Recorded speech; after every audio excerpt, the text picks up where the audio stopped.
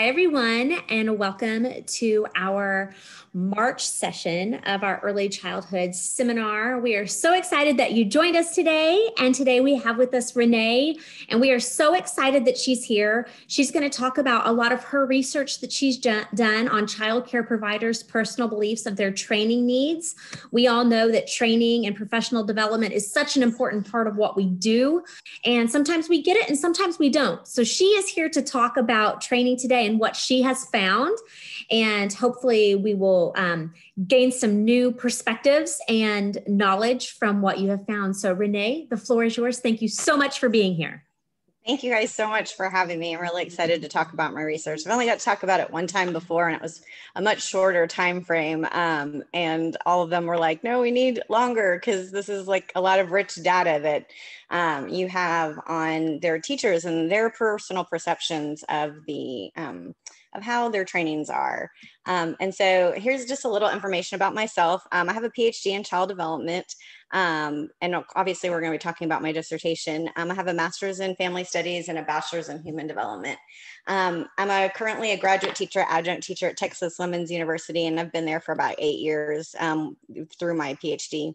Then I did an internship and I volunteered at the Children's Advocacy Center in Collin County, did some grant writing for them. But for a while, I was a director at Creme de la Creme Child Care Center. And I don't know if you've ever heard of Creme, but it's I like to refer to my students as like the Disney World of childcare. You know, you walk in and you end up in a little French village. So I worked there for a few years, both as a director and as actually a toddler teacher. And in my undergraduate, I actually started off in child life. I was going to actually be a child life specialist, but my husband moved us overseas for a while. And so that kind of interrupted my education for a little bit. But I've been married for 20 plus years and I have 2 daughters. I have an 11-year-old and a 15-year-old. So I'm in full on teenage adolescent craziness in my house. But that's just a little bit about myself. I'm going to go ahead and go into the research itself. But I do have time at the end for questions. But if you want to ask a question, please feel free to pop in. Even with my students, I'm like, if I talk too much, then I bore myself. So I love a more interactive like conversation versus just me, talking. I get bored with my own voice sometimes. So let me introduce you to my research. So we all know that we as childcare providers or educators want to provide like a quality training sources for our teachers, especially in the state of Texas. We were kind of talking about it before, but in the state of Texas, there is no requirement for education. All they have to have in order to be a primary child care worker or teacher in the classroom is a high school diploma.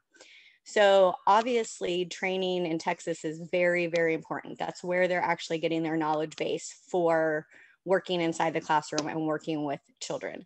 And so we do know that it's extremely beneficial, not even just to our teachers that don't have an education, but those who also do, to continue that professional development so that they can continue to see what's changing in childcare, as well as kind of giving the latest curriculum ideas and so forth.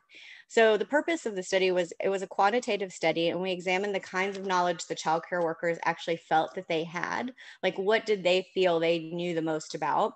And what did they feel they didn't know the most about? And then we asked them how did they prefer to receive their trainings, which is really interesting to me because in the day and age of online learning, I had a huge assumption that was not actually proven. I was like, oh, that surprised me. And then we also wanted to know, well, what did they actually find useful in their training, or what did they believe would actually be useful for their training? So we gave them a list of childcare topics again and said, which one is most useful for you? And it was actually really interesting to see what they found that wasn't useful, because we had a couple that they scored, not significantly low, but I mean, they were pretty close to like not useful. And then basically they said they were somewhat useful. And then the last thing that we don't have very much research about at all is, what do we know the teachers feel is there a barrier to actually implementing the training in the classroom? Because we have all these rich trainings that we give them.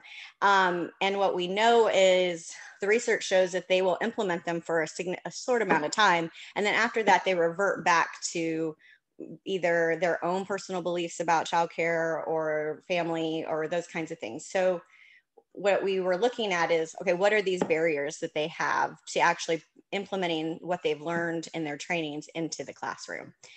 So that's kind of an overall introduction into like what my paper and what my research was about. So here are my participants. I got lucky. For a while, it took us a while, but I ended up getting 227 participants in the state of Texas that were actually early childhood teachers. And you kind of see the breakdown. We did have 2 male participants, but they were kind of outliers.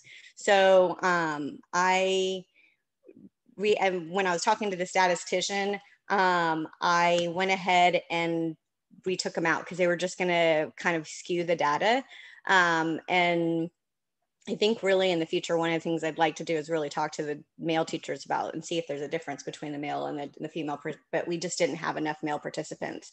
Obviously, 60% of them had an associate's degree, which was really surprising to me, but considering where my participant pool came from, I realized why I had such a high education rate, which is my education pool came from the Texas Association of Early Childhood Educators. So you can see every one of my teachers belong to some type of organization. They belong to either NACI, or they belong to the Texas or Child Care Aware, or they belong to something on top of what they were getting at the center, which is really interesting to me because when I worked at the center, not very many of my childcare teachers actually belonged to any of the associations at all. So when I got this, I was like, okay, this is great. But obviously I got them from Texas Association. The other thing is that most of them worked between 6 to 10 years. So most of them hadn't been in childcare a really long time, but none of them had been in it for like less than 5 years. So obviously my participant pool was an educated pool that had at least been working at a childcare center for 10 years, which is a significant amount of time in childcare, especially with the turnover rate that we usually have in childcare. So these teachers kind of already like really knew what they were talking about and had a vast experience inside of it. So it was really interesting to me to kind of look at it. Now, all of my participants came from Texas, obviously, because that's where I'm located. And obviously, because that was kind of one of my limitations or my delimitations. I wanted to focus on the state of Texas. Any questions? Like I said, so these are my research questions. So I had 4 research questions. And really what I was looking at for my particular study was I wanted to see if there was a difference between education and experience level. So really what I was looking at is if they had more education, right? Did they answer the questions differently than the people with less education? Or if they had more experience, did they answer the questions differently than the people that had less experience? So my childcare workers had less experience. So the first question related to knowledge base. So are there differences in childcare providers' perceptions of their level of knowledge on childcare development by education or experience level? For this question in the tool, it was a survey and it was probably like 200 questions, which then we had to narrow down because one of the participants was like, that's a lot of questions. So I think we ended up getting it down to like 125. But this section of the survey basically asked them, here are childcare topics, tell me what you're most knowledgeable at. So they were actually rating themselves on what they felt that they had the most knowledge on. The second research question dealt with where they actually get their trainings from. Where do they prefer to get their trainings from? And so this question just straight up just said, where do you prefer to get your trainings? And then it listed books, it listed college courses, it listed online courses, it listed on-site trainings from the childcare center that they worked at, journal articles, those kinds of things. Very simple, easy question. Research question 3 looked at the differences in their perception of childcare topics that they would find useful. So they were a little bit different than the knowledge one, but they were very similar. So they were just research topics such as, memory and infant development and, stranger anxiety, those kinds of things. And then they rated whether or not they found a training on that particular topic to be useful.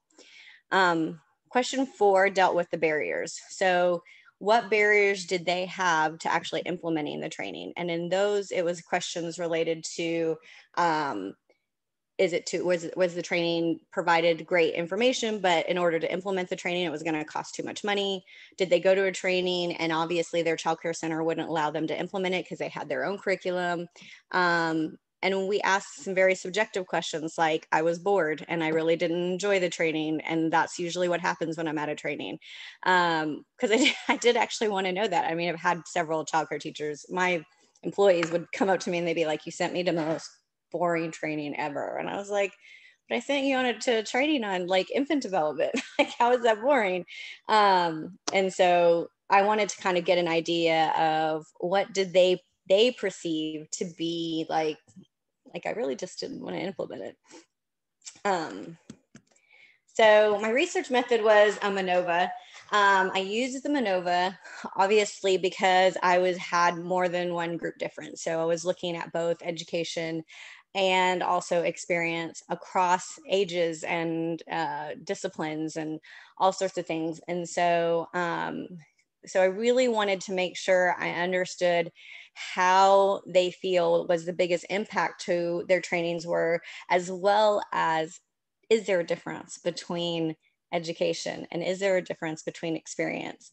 But so the unfortunate part of my research is that nothing was significant. So there is no difference in education and there is no difference in experience with the way these particular participants answered the questions. And I had 227 participants. So, I mean, that was a significant pool to not have anything show up significant. So obviously education experience don't play as big of a part in how we distinguish what they found important, which I was really surprised by. I do think though, like if I take the data and I run it in a different way, I might find something different. So like I still have their race that I could look at. I have a bunch of other ways that I can actually change the data. I didn't actually directly compare experience and education. I was just looking at the actual question related to education, and then I separated it out and then looked at it as experience. So I didn't actually even cross-reference it because obviously since neither one was significant, there wasn't a point to actually cross-reference it. But one of the statisticians recommended that I look into that because I might find that there is a difference between the two when they're like referenced. But that was for a different paper. I really wanted to graduate. So, so using, however, for our topic, I'm going to show you guys the descriptive statistics because what we actually learned from those, the way they answered the questions was really interesting. And that's actually what the focus of my discussion was, which was how they actually answered all 4 research questions and kind of look at the ideas and how we can use this information for future research. So I'm going to go into that next. And if I'm talking too fast, let me know, because I have a tendency, my students are always like, Herrin, you're really, really, really fast. So here's the first. These are the topics that we looked at for base knowledge. And what I did was I sorted them by, oh, I can't see that. Hold on, let me move you guys because I can't see my numbers here. There we go. I sorted them from smallest to greatest. So smallest being that they recommended that they did not have strong knowledge base about this. So obviously they felt they had some knowledge, but they did not actually feel strongly about it. Now you can see from the numbers, they're all in the 3s. So they're all saying that they have this, they feel like they have a strong, somewhat strong knowledge base about all of the topics, obviously, which is what made it hard to rule out anything significant. However, you can see that child's memory is like a 3.1. So it barely made it to what was considered, because a 2, basically, they said that they had a little bit of knowledge, but not significant. So they felt like they knew the topic, but they didn't know it well. And in that case, it's really just that they know of it, right? And so those 3 topics were child's memory, moral development, and aggression. And I thought it was interesting that they didn't feel like they had a strong or significant about aggression, because later on you'll see that, like, obviously classroom management is one of their biggest, they want to understand classroom management. And so you'll see that in the reverse, what they felt they knew the most about was communicating with parents. It was almost a 4, which is that's their biggest, they know everything about it, is basically they feel like they're solid on of that. The other thing that's really interesting about the just demographics, I gotta move you guys over, is if you'll see on my chart, I don't even know, I guess I could, I don't know if I can, like here, there we go. So the one is that they had no knowledge. So obviously some of the participants in these 3 topics had no knowledge of childcare, memory, a children's memory, moral development, or aggression. And you can see that throughout a lot of them, there were participants that actually felt like they didn't have anything. But when you get kind of down here, what you'll see is that they all start with 2, which means they all felt like all 227 participants where there's a 2 with it as the minimum, means nobody in those categories felt like they had no knowledge of these particular topics, which is kind of reassuring when you kind of look at what those topics are. Obviously, it's play style, separation anxiety. These are things that we focus on in the Child Care Center for trainings early on. So in the state of Texas, we require certain childcare trainings to be done before a childcare teacher can even be put into the classroom. And obviously these are those topics. So they talk about separation, they talk about parent communication. I was a little disappointed that abuse and neglect had somebody that put a 1. Because like I said, all of these topics, including child's understanding of feelings, are things that are discussed before the child care teacher actually gets into the classroom. And so Dr. Rose and I, my academic advisor, were like, okay, well, at least we know that the initial trainings that are happening at the very beginning before they actually start working are making some type of impact into their knowledge base, because they're actually saying they actually do know some of those topics. But I started researching a little bit more into child's memory, and, obviously, and I started realizing probably why they have an issue with this particular topic. However, it's a really important topic, and I'm hoping to start training or doing trainings on children's memory for some of the child care centers that I kind of still connect with as a role director, just because I feel like it's one of those important topics of how do we help the child learn to build their memory base and all of that. Any questions? I'm so, like I said, I don't like hearing the sound of my own voice for too long. I'll keep going. I had a question, and I think you answered it, and I'm the same way about listening to myself talk. So when did you conduct the research? What year was it? It was right before COVID. So it'd be interesting to see how they answer the questions now. Yeah, I was thinking about that, and then the anti-bias curriculum and materials, which yes. has become, a heavily talked about topic recently. Correct.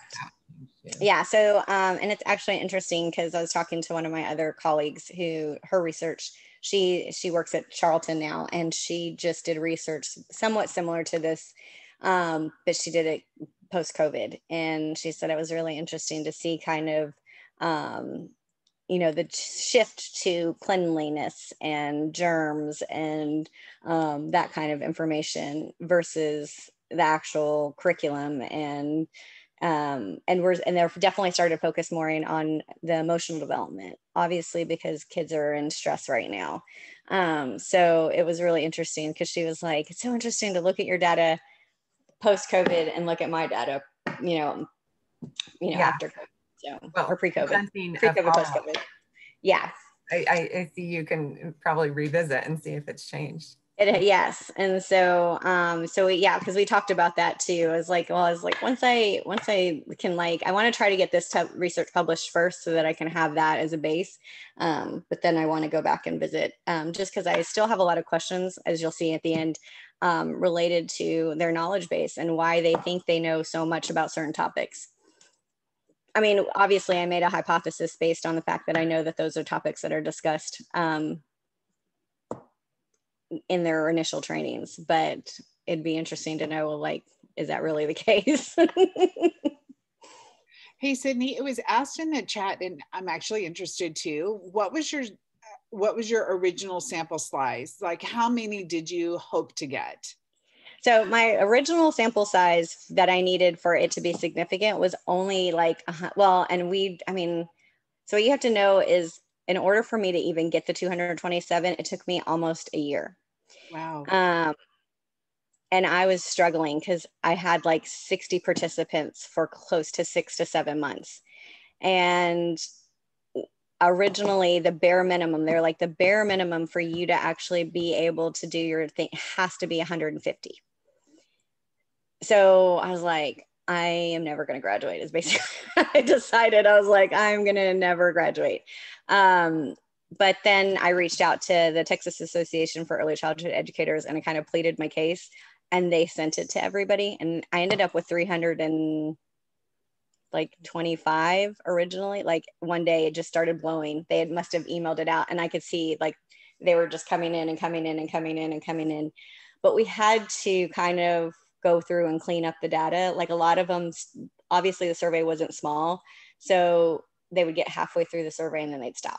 And so I was like, obviously I can't count those. I mean, I could count them for the topics that they actually went through, but a lot of them fell off. So the true was only the 227. So how many were in that Texas ECE? Do you know how many they sent out? How many emails? So from what I understand, it went out to everybody in their network, which is thousands of people. Thousands. Okay. Yeah. Well, so that was my question in the chat. So thanks, Kathleen, for following up with that. This is Jackie. I'm Hi. curious then. So you said 150.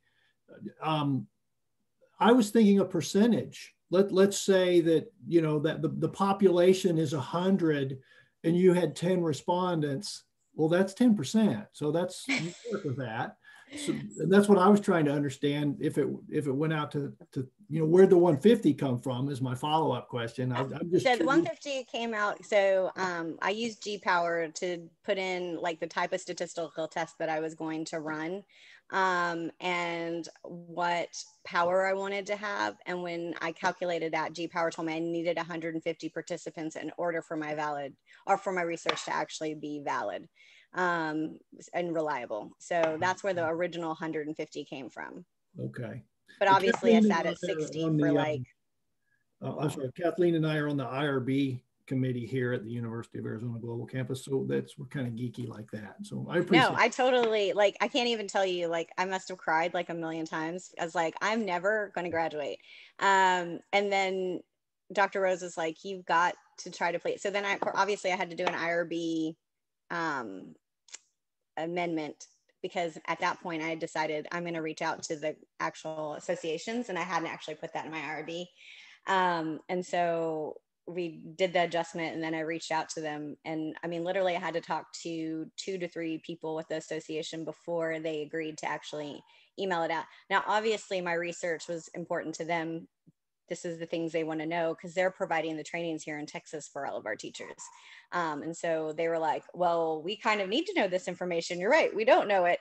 And so I think that's how I got in, and how I ended up with my 220. I mean, that's, even Dr. Rose was like, oh my gosh, what are we going to do with this data now?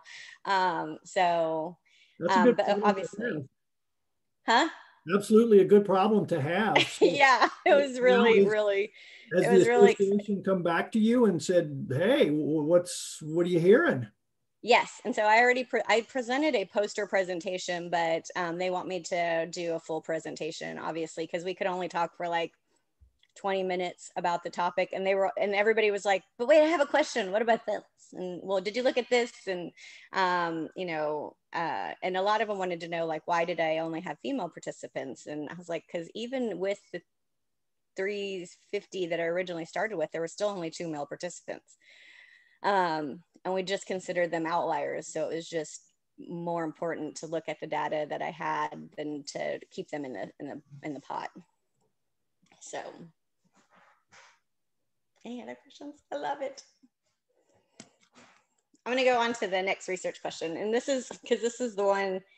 So obviously, oh no, let's see. Oh, I know. It was actually my next research question. Is this one.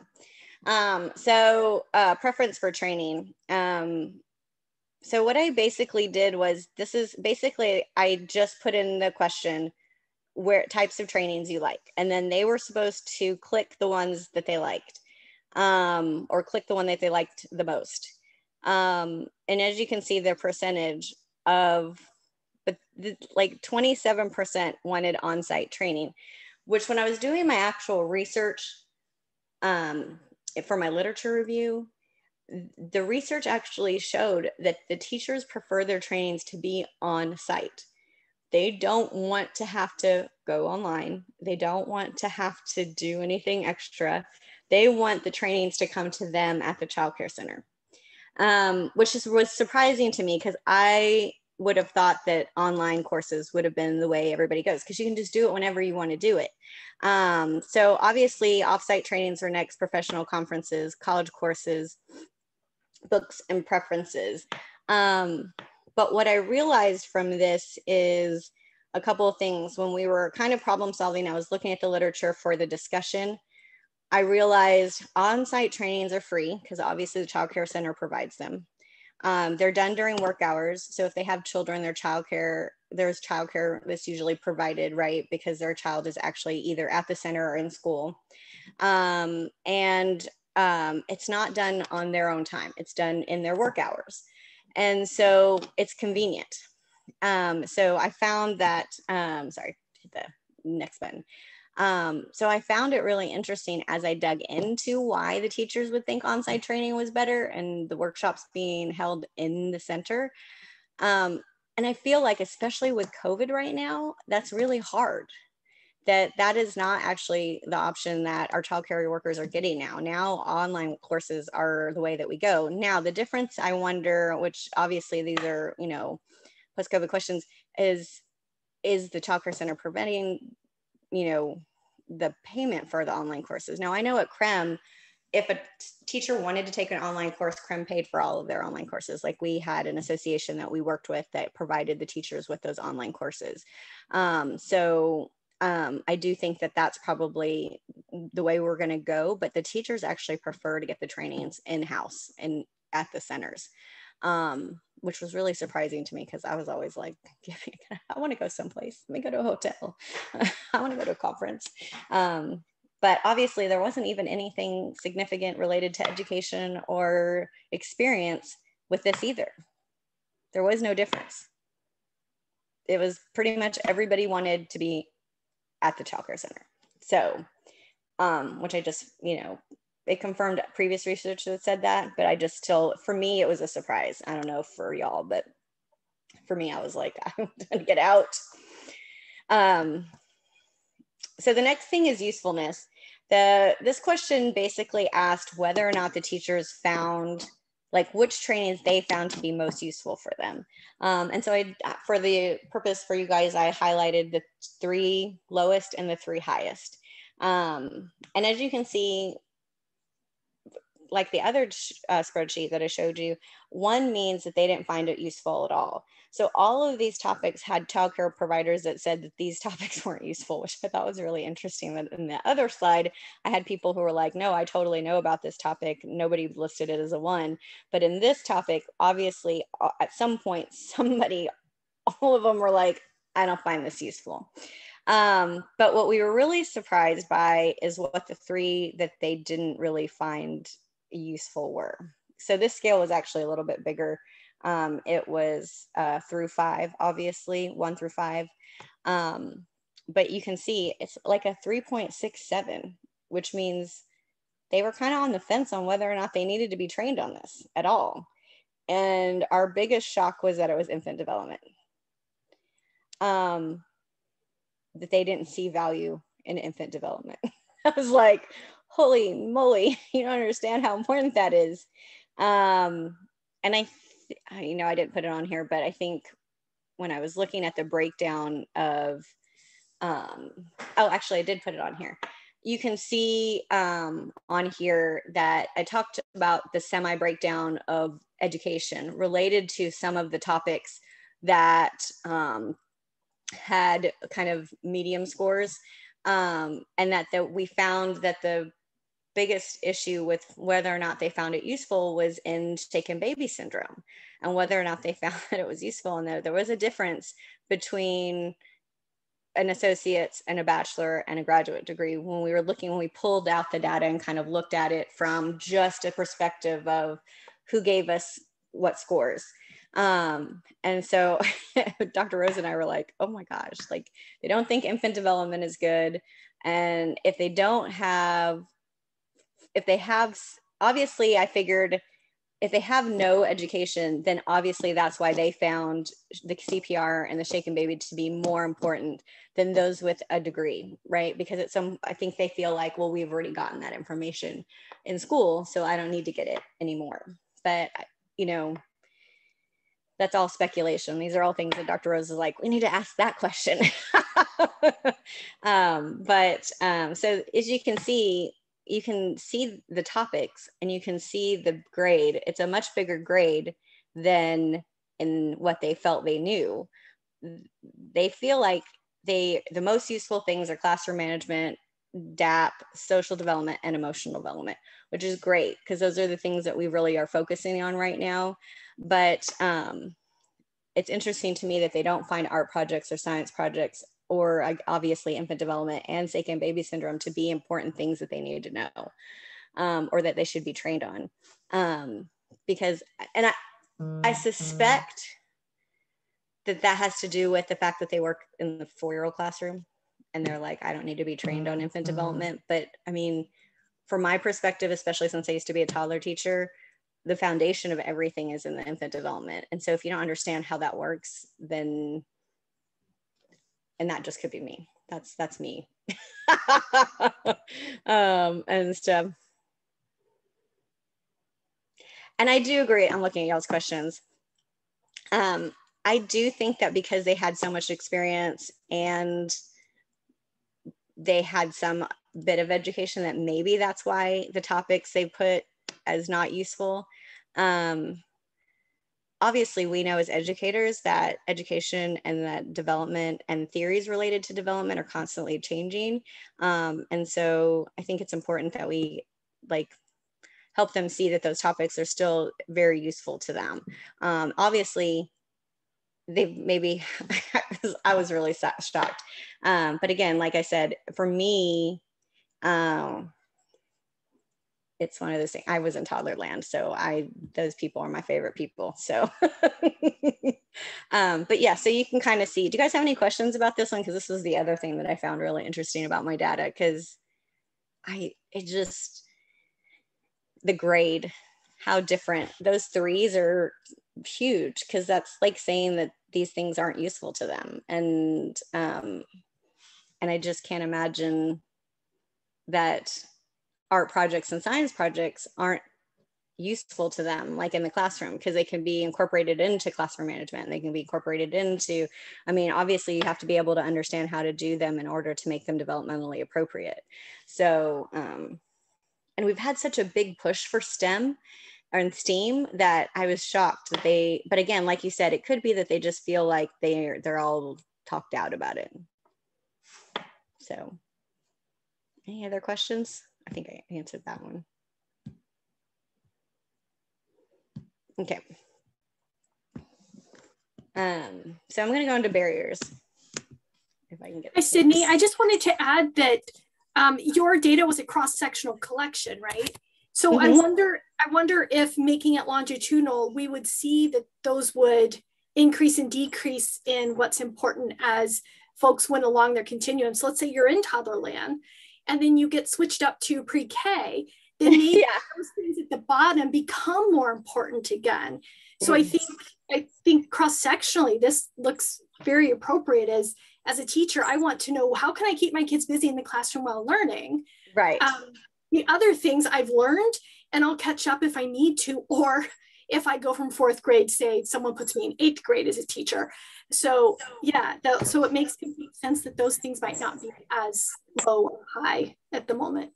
Right. And I agree with that, because we thought that was the big thing, was obviously maybe I didn't have very many infant teachers. I had a lot of maybe kindergarten teachers and, you know, 1st grade teachers or pre-K4 teachers who don't have any need for infant development. They're like, you know, that's not who I'm dealing with right now. So I agree with that. And that was actually that's one of the things I said in my discussion, was obviously I had teachers who because I didn't actually ask that. I didn't ask what grade they taught. So I didn't know what I was looking at related to where in the classroom they were actually working. So these are the barriers. So as you can see, they could be very subjective. When we first came up with the tool didn't actually have a barrier section. And so we did a bunch of research and looked at what was the research showing that might be barriers, right? Because obviously nobody's ever asked this question before, which is really bizarre to me. Like, I couldn't find any research on what teachers felt were barriers to them actually implementing the training. Even within like studies that said, you know, we taught them, you know, we did a 3-week session teaching them about, you know, infant development and how this works. And then we went back later and saw how they were doing in the classroom. Even within those sections, at the end, they never actually asked the teachers why they reverted back to doing things the way they used to do, or what issues they had actually continuing to do the training information or the training knowledge that they had kind of gained. We just didn't know. It was just, oh, they went back. And a lot of them, there was the idea that it's definitely personal related, that, you know, it's hard for habits to change. So if you've been a teacher for 25 years and you've been doing it for 25 years and you get a new way of doing it, then you just naturally revert back to kind of, you know, doing it the way you did it before. So when we made the actual barrier tool, it had never been tested before. And so that was a huge limitation for this study, for my study, is that we didn't section this off and just do like a pilot study and have these questions actually tested. So obviously now they've been tested, and so definitely need to be reformulated and looked at in a different way. But so kind of, you can see that what we asked was, you know, what do you feel like these were barriers to you actually being able to implement them inside the classroom? And so we said, you know, I don't usually pay attention to the training because they aren't enjoyable. Like, why? I don't really enjoy going to the training. The trainings are hard to understand. I don't usually agree with what I'm learning in the training. The director is not supportive of me implementing these trainings in the classroom. I'd rather do things the way I do it. I think I do it best. There was a study done, where we just kind of talk about self-efficacy and the idea of like their personal beliefs and how they implement them in the classroom. And that's kind of where these questions came from. The idea that they have their own personal beliefs and they use those in the classroom versus the trainings that they receive. So that's kind of where that came from. And then we kind of asked just general, like not concept questions, but general, like actual physical barriers. There's like emotional and kind of, you know, personal belief barriers. And then there's the, you know, I can't use the curriculum because my school uses a different one. There's not enough time for me to implement the training in my classroom. The materials weren't provided for me. The training doesn't apply to my age group. And often it's too expensive to implement the training. Now, obviously that was the highest one, that obviously they would do these trainings. And a lot of times, you know, we go to these big conferences and we send the teachers to them, and they get like all this information from different organizations that are providing curriculum. And then the teachers can't implement it because it's too expensive. The crafts are too expensive. The materials needed, the tools, the books, all of that stuff. Obviously, the teachers can't afford to provide that into the classroom, and the center can't do it either. So obviously, that we were not surprised to see that that's actually the biggest barrier to implementation, which is that often it's too expensive to actually implement the training in the classroom. So then it becomes, okay, so how do we help them implement it in the classroom? How do we alleviate some of these higher number barriers so that when we're providing the trainings, we're not just talking to air. I'm just saying, we actually want them to actually really put them into the classroom. Obviously, they didn't really rate the more subjective ones very high. So they were like, well, no, I mean, I pay attention, I see value. Obviously, I had educated NACE members, so obviously these were not going to be the answers that they give. It would have been interesting if I had childcare workers in the lower income areas and seeing how that would have changed. So we talked about that too, but obviously getting them to actually answer the survey was going to be a feat. So here are the implications to actually what my research provided, and kind of when I've even talked to my other colleagues, obviously Dr. Lisa Cook over at Charlton and I were talking about this because obviously her data is looking at what's happened since COVID. But childcare providers perceive that they have some knowledge of childcare topics, which is great. I was glad to see that they didn't feel like they were completely lost. And so the trainings are doing what they're supposed to be doing. They are trying to get them to increase their knowledge base, especially in the state of Texas, where, some of them, obviously not my particular sample size, but for the most part, we want to make sure we're giving them everything we can if they don't have an education base. Childcare providers perceive that all knowledge listed in the survey at somewhat was valuable. So they do find usefulness in things. It just was surprising what they didn't find useful. So, but for the most part, they were really working towards understanding all the topics provided in that particular part of the survey. Childcare providers prefer on-site training, which I think childcare workers, childcare administrations, this is a big one for them. And that is they're providing childcare trainings at the childcare center in a way that is accessible to their teachers, especially if there's obstacles, including if they have children and providing childcare, those kinds of things. And then this is really a starting point for understanding the barriers that teachers perceive to actually implementing their trainings in the classroom. Like I said, it was an unused tool. Obviously now it's been used, it needs to be tweaked, but we still have a long way to go to figure out why the teachers revert back, why they don't want to implement it, those kinds of topics, or why they don't use some of the trainings that they have. So, so future research, I have 4 things that I would love to see happen, and that is, hold on, I can't read. Identify how childcare workers obtain their knowledge base. So where are they actually getting the knowledge base? And I think that's important to know. So are they getting it at their initial trainings when the first 18 hours that are provided by the actual childcare center in order for them to be entering to the classroom? Are they going to, conferences? Are they getting it from that they're in school? Those kinds of things. So I want to know where they actually really feel they got that information from. So did they get it from a training? Those kinds of things. So then asking the topics and say, well, where did you learn this topic from? So it's kind of a broader look at where they actually receive their trainings. Examine childcare providers' perceptions of quality. I think that was actually really key that we didn't kind of hone into. I didn't ask them what their perceptions of quality were. We do have some research on what they think about quality, but it's very little and it's old. So I think we need to re-examine what they feel is important to making them quality teachers and also the quality care that they provide the kids. 3, I think we need to look at, examine the different types of barriers that childcare providers have in implementing the trainings.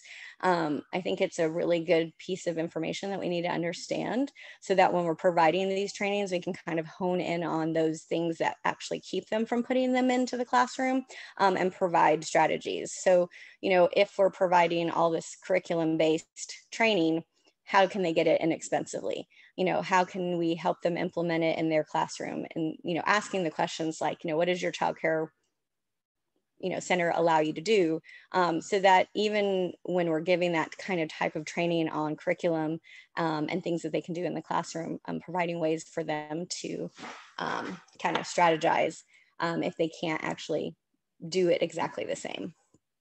And then obviously examine subject area childcare providers feel they need more useful and why. Information. I almost wanted to ask, you know, why don't you find it useful and actually understand why they answered the way they did, right? Because it could be, like you said, as simple as at that particular moment, they're in the kindergarten classroom. Or that particular moment they're in, or they had just had like 6 trainings on STEM, you know, and they're, you know, they're kind of like, I've been beaten down by the STEM trainings, you know, because I mean, obviously that was a big push in the last few years with STEM. And so that could be why the arts and science were kind of at the lower end, because they feel like, okay, like I've gotten all that I can get from it. So, you know, those kinds of questions, really expanding on the information. Dr. Rose and I talked about that it really maybe the next step would be qualitative and like looking at getting like deep answers and then going back and redoing the tool and like narrowing it down. But obviously that's for another day and stuff. So any questions?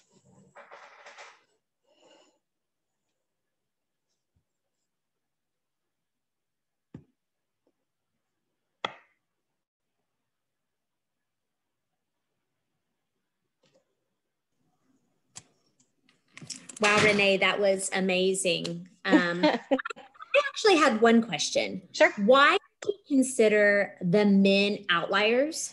Like, were they different? Yes, they were. They were, when we saw them, when I put them on the scatter plot, they were like, all of their answers were completely different. Why do you think that was? You know, I don't know. And actually that was one of the things I wish I had more, like, because Dr. Rose and I talked about it and she was like, even if you had like 15, like to be, if they all 15 were this outlier, then I would have probably amended my research again and looked at it based on sex. So I don't know if it's just that they look at things differently. Obviously they handle situations differently. But yeah, they were really big outliers, and the statistician was like, you can keep them in, but they're not fitting in anything. And she's like, it's almost, and their data won't be like, they wouldn't even fall into the equation correctly. So that was the real disappointing part, that I didn't have more male teachers. But obviously, I mean, the male teacher population is really, really small. I mean, in order to get... Right. I think it's interesting when you're hiring as an administrator, what they're seeing differently. No, I totally agree. And so like we had 3 male teachers when I worked at CREM, and I almost sent it to them, but they're not in childcare anymore. So I was like, yeah, that's very cool. Okay, I was just curious. Anybody else want to pop on real quick? Questions? Did we get everybody's questions in the chat? I know that this was full of really great information, so I want to make sure that we answer everyone's questions. It will be housed on YouTube after this, so you can go back and watch it if need be. We can also, Renee, do you want to put your contact information in the Oh, chat yes, box? absolutely. I will put that in there. And then also, like, it is interesting I didn't put all the charts because obviously that would be extremely overwhelming, but some of the charts, when you look at them and you break them down by education and you break them down by experience, it's not significant, but you can see, like, when you're looking at the numbers, what's happening with the thing. And so it's just really interesting. I was really disappointed that nothing was significant because we had so many participants. Like Dr. Rose and I were like, yay. And then we were like, no. And I was like, and such is research. Exactly. And I think all of us have probably either worked on a dissertation, been on a dissertation committee, worked with students, so we all have seen that. Anybody else want to pop on before we hang up? She did put her contact information in the chat box. And I just want to thank everybody so much for coming. This was awesome. Something a little different. We haven't had a lot of people come and share research. So we appreciate that very much. And maybe we can have you back and see what else you're doing with this. But if no one has questions, we are finished for today. And thank you for coming. Thank you, guys. Thank you, Renee. Thanks for having me. Thanks so much. That was wonderful.